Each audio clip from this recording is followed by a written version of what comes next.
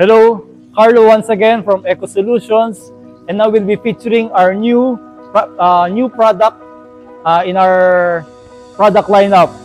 It's the ICO Polaris model.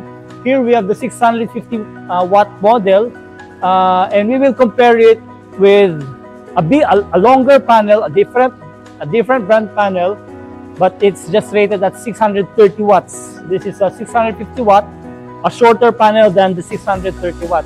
So this is a new technology. They call it the all-back contact technology, or ABC contact. And the one advantage which is surprising for us installers is partial optimization shading. What it means is, during shading, yung epekto niyan sa performance niya hindi kasing laki kumpara sa mga traditional panels. And let me demonstrate to you kung ano yung output niya pag na-shade. So ito, as we all know, mga ganitong panels, we call it the split cell technology. Hinati yung lower part and upper part.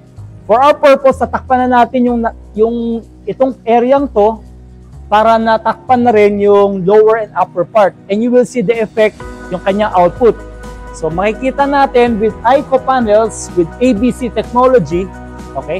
Pag tinakpan natin yung half na to, bagsak. Meron pa rin output. While the other traditional panels, okay, walang output. Bagsak yung performance niya, walang lumalabas sa ating pump. Tapos babalik natin ulit. Yan.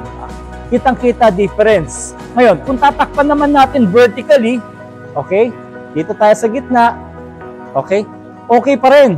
While the other, we can place it in the middle, ayan, wala talaga. Okay? So this shows how efficient ICO panels are with their ABC technology. Thank you.